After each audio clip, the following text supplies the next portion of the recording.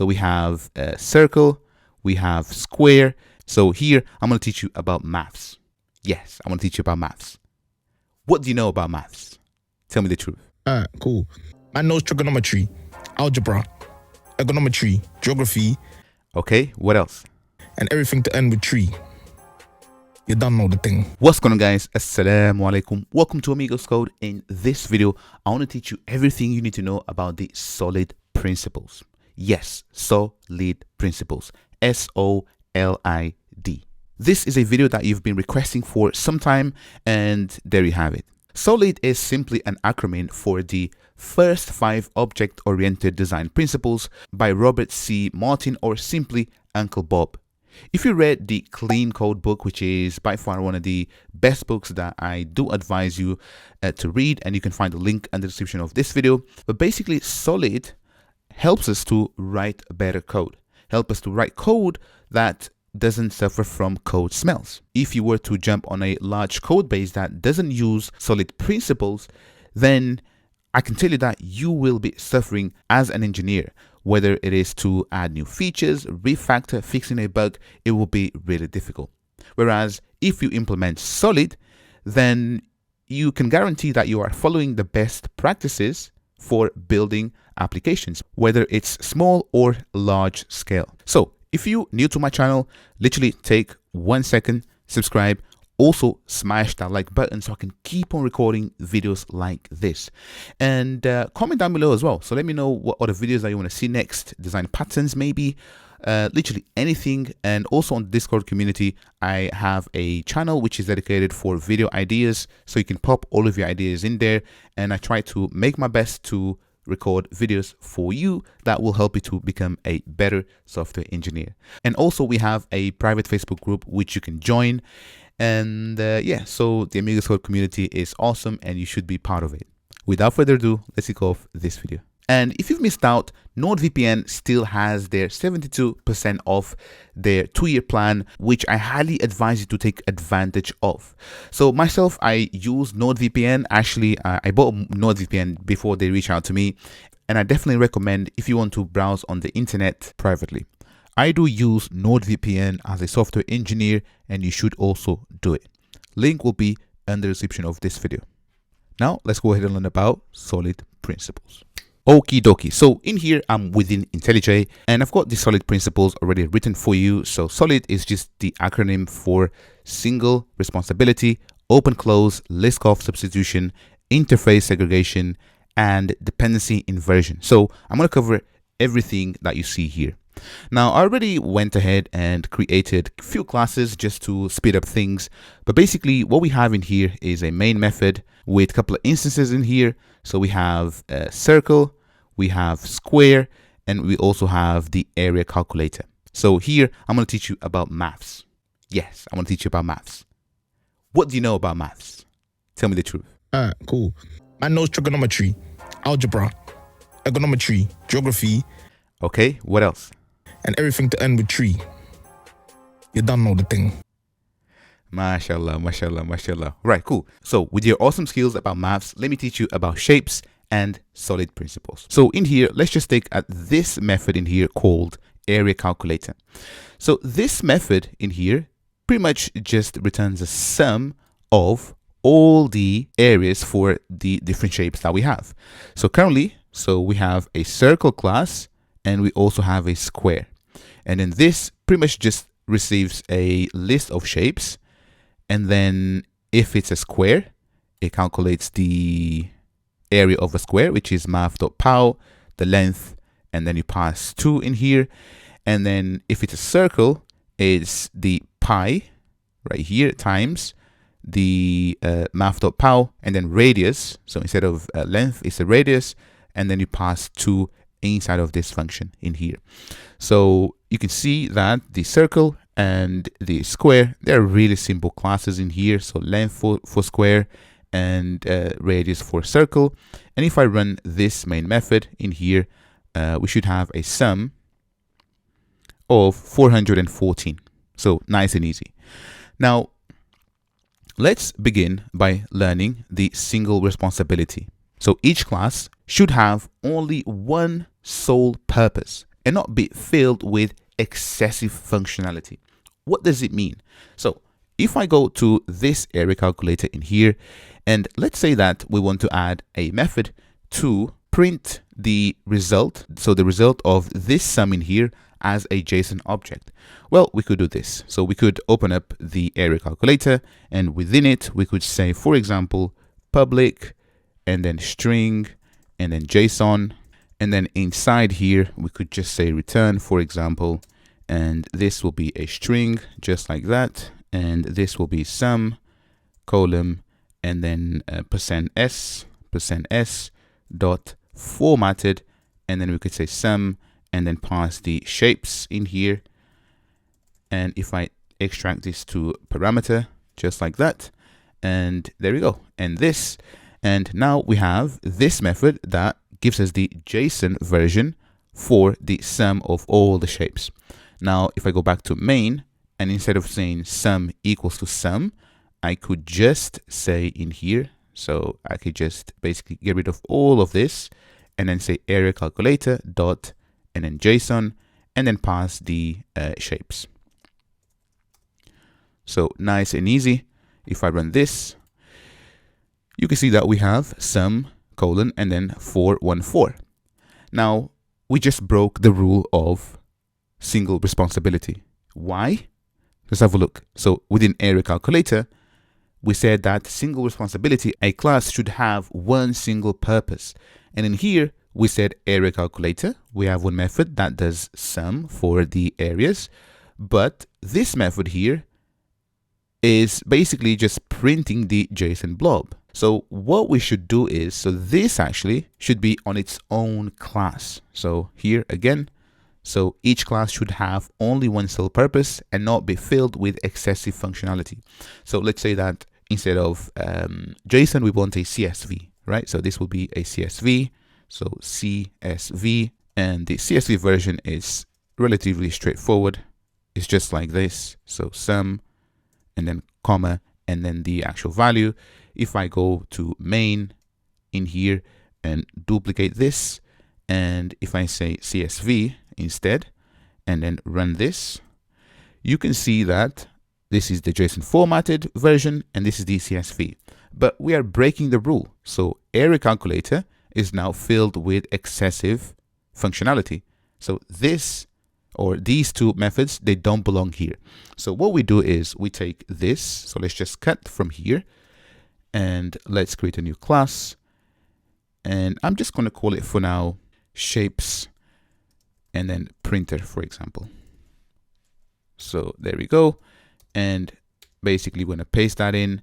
And now here we could just say, for example, int, and then sum.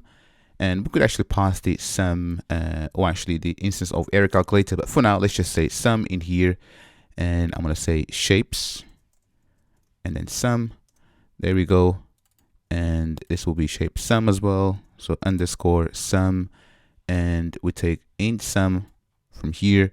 We pass it in here. And then we pass sum in here. There we go. And now if I go to the main method, so in here, this now throws an error, and that's because we need the shapes printer. So let's just have shapes printer, and I'm going to call it printer equals to new, and then shapes printer. And then instead of saying area calculator, we could just basically take the printer. So I could just say printer. There we go. And this now will take the sum. So let's just pass sum in here, the same with the line above. So this will be now, instead of JSON, this will be CSV. And if I run this now, you can see that this works the exact same way. But now we have a dedicated class which deals with formatting the sum of the area for each shape. So this is single responsibility. So this class has one responsibility, and that is to format to JSON, CSV, and maybe if you want HTML, so on and so forth. So this is basically single responsibility in action.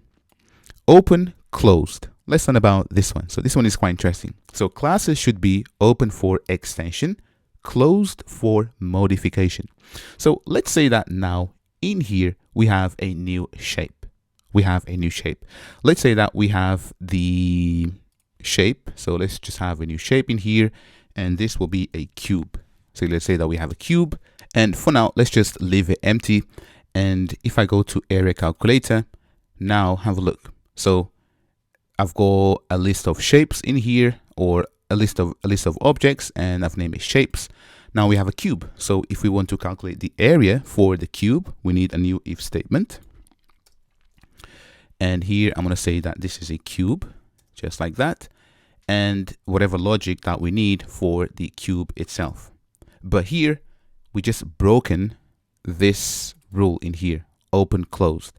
So classes should be open for extension and closed for modification. So what we're doing here, we are modifying this class. So each time that we have a new shape, we are adding a new if statement. So if I have 10 extra shapes, so let's say cone, rectangle, so on and so forth, we'll have a bunch of different if statements. So this is bad practice. So how do we fix this? So what we do is we actually create a new interface, and here I'm going to say shape, and this right here, so let's just deal with this. So this shape will have one single method, or this interface will have one single method. I'm going to say, we can say double, and then area, and there we go. So this is the area. Now for circle, we basically say implements and then shape. So this is a shape, and we need to implement the abstract method. There we go. And if I go to area calculator in here, let's just take this right here. So oh, that's a square. So whoops. That's the area there, and the return type will be basically that exact same thing. And here I don't need to cast this anymore. I could just say get radius and job done. So the same for square. So here implements and then shape. Let's implement the method, and again area calculator, let's grab this and then return this exact same thing. Again, no need for casting in there, and job done. So the same for cube in here. So we could say implements and then shape, right? Oops. So shape, there we go. And I'm just going to leave this empty for now. But now if I go back to area calculator, so area calculator, have a look. So you can see that this class in here, it's open for modification, but we don't want this. So what we do is we get rid of all of this. So I can get rid of that. And now I can say, so here, this, instead of an object, we'll take a shape. This will be shapes, and this will be shape. And we can say sum plus equal to the shape dot and then area. Have a look. And I can actually inline this like that. And you can see that now this class is so simplified right now. So if I go back to, I think it's main, which is complaining now. Yes. So here, this will be shape. And there we go.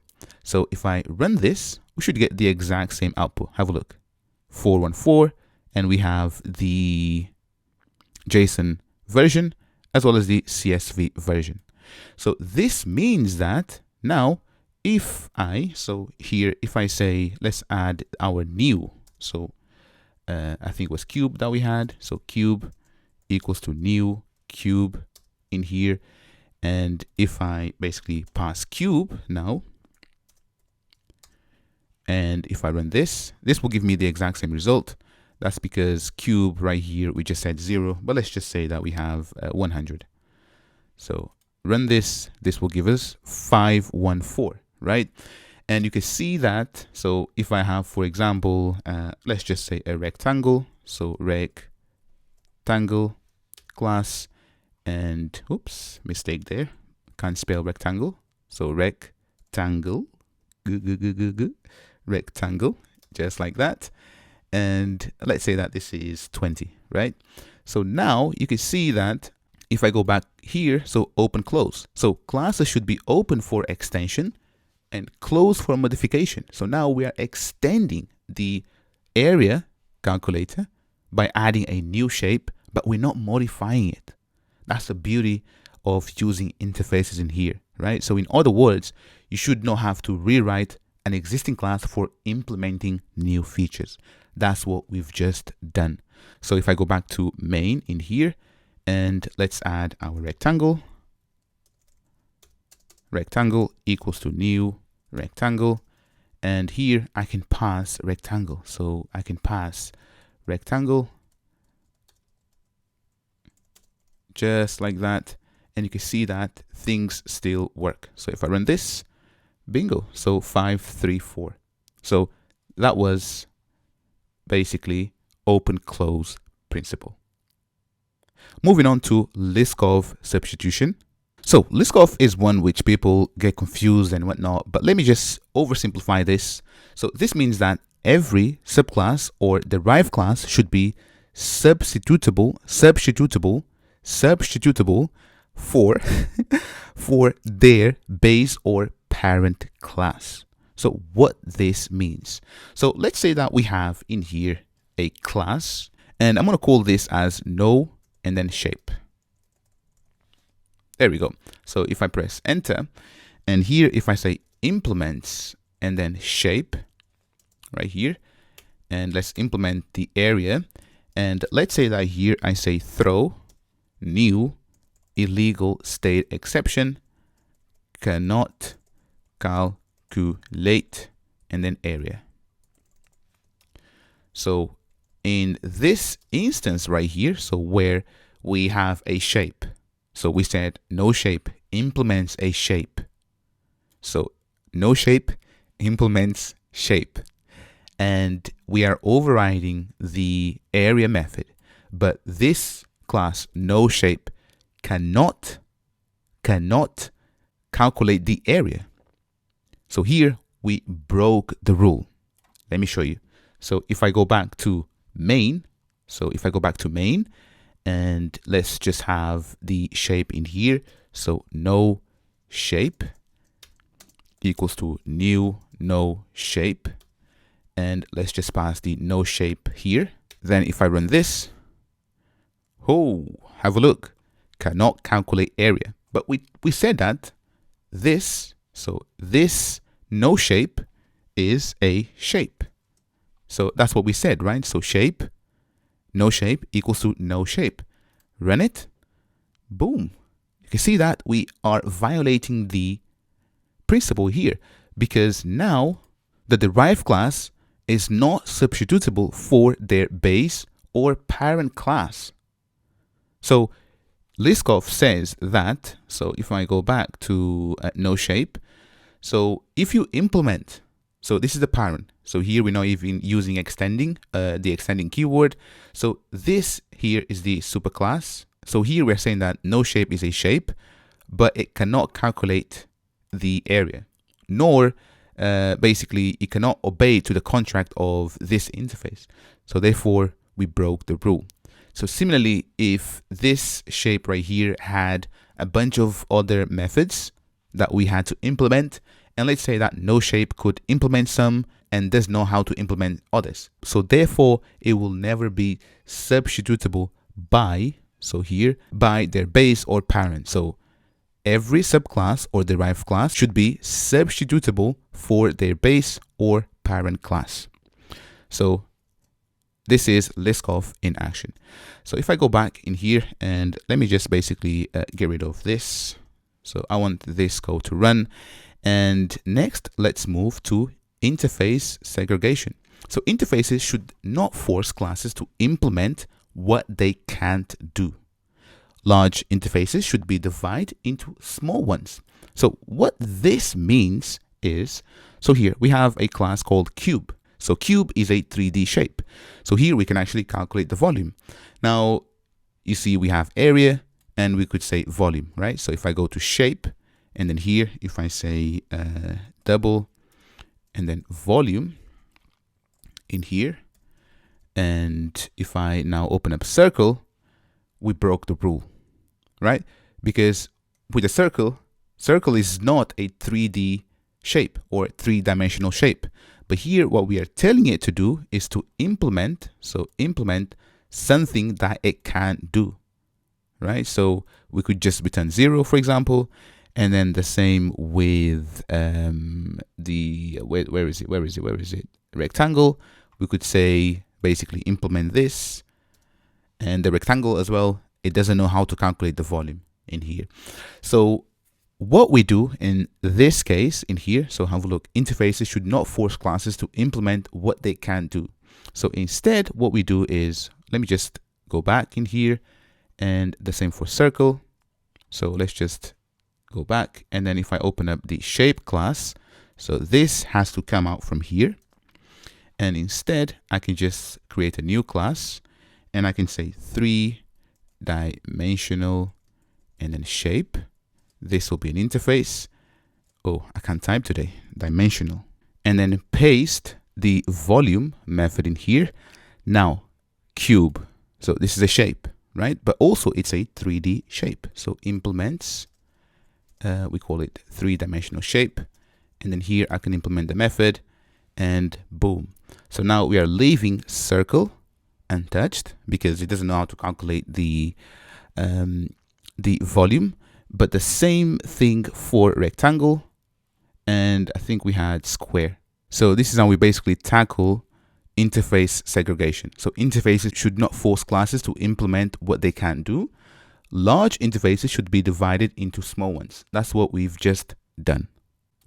Moving on to the last principle, which is dependency inversion. So what this says is components should depend on abstractions and not concretions, i.e. we should really be implementing two interfaces. So let's open up the, I think it was shapes printer in here. So shapes printer. So here we have shapes printer, and before this was a list of shapes in here.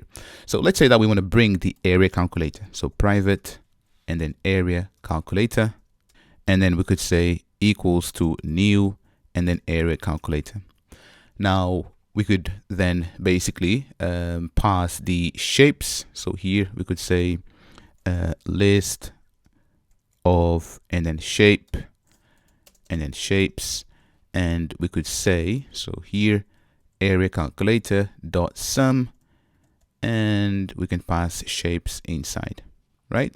So we could do the same for CSV in here, and this now has to be the exact same thing. So just like that, there we go. And basically here we are actually breaking the rule. So here we have two problems. So one is if we make a change to area calculator, so let's say that we make a change in here, then we actually are breaking the open close principle. But also here we are depending on the actual concrete class and not the abstraction. So how do we solve this? Well, it's simple. So here, what we could do is we could go to area calculator. So what I could do is I could refactor this and basically have this implement an interface. So here, if I basically select this class and then go to refactor and then extract or introduce, and here we have interface. So here, members from the interface, I'm going to select this one here, and I'm going to say area. So usually people say area calculator, and I'll just leave it I so that you understand that this is an interface for now, and this will basically extract the methods to an interface, the sum one. So I'm going to refactor this. There we go. And basically what's happening now is, have a look. So area calculator implements now the area calculator. So this is something that very common that you'll see people do. And we have now our interface, which is sum in here, which contains the method sum. But now inside of the shapes printer, so what we could do is we can basically say private, final, and then and then area calculator, just like that. And then pass that into the constructor. So I'm going to refactor this for a second. And now instead of depending on the concrete, we basically are depending on the abstraction, which is this interface. And here we are using dependency injection. So let's go back to main so that we can run this. So main, and here we need to change a couple of things. So here we could actually say that this is the I and then area calculator, and this is one implementation. But also, so let me just put this on this line so you can see properly. But also in here we have two problems. So printer and then .json, and then we pass the sum. So this instead now will receive, so have a look. So if I press Command P, shapes. So if I say shapes, there we go. There we go. And if I run this, you can see that we have the exact same output. And to be honest, this was, so here, dependency inversion. Components should depend on abstractions, not on concretions. So you see that I do this quite often on my videos where, for example, I think I've done a video with Twilio where instead of saying Twilio and then have that class have all the methods, so what I do usually is I extract the send method to an interface. So let's say SMS sender, for example, and then you'd have a class called Twilio SMS sender that implements the SMS sender. And that means that if you want to make a change, right? So let's say that in this case, let's say that we have a different area calculator in here, right? So if we have a different area calculator that basically subtracts, we could just basically copy that. So I'm going to say area calculator v2. Let's just say that it's a version 2. So here, if I go back to main, so let's just go back to main for a second. There we go. And now I can have a new version. So here I could say area calculator v2. Let me put this full screen. So v2 and area calculator v2. Now check this out. I can just replace this in here inside of the shapes printer and nothing breaks. Nothing breaks. So you can see that we didn't have to change anything around. We didn't have to mess with this class in here, shapes printer. So we didn't touch anything. All we did was we added a new class. We implemented the interface and then we swapped the implementation, right? Open, close in action there as well. So this is pretty much solid principles with shapes. Hopefully this was super easy and fun for you to learn. And hopefully now you can start to write code which doesn't smell. Oh my days. Ha ha ha. Code that you can easily refactor. And yeah, so code that uses the best practices. If you enjoyed this video, give me a thumbs up and also comment down below. This is all for now. I'll catch you on the next one. Assalamu alaikum.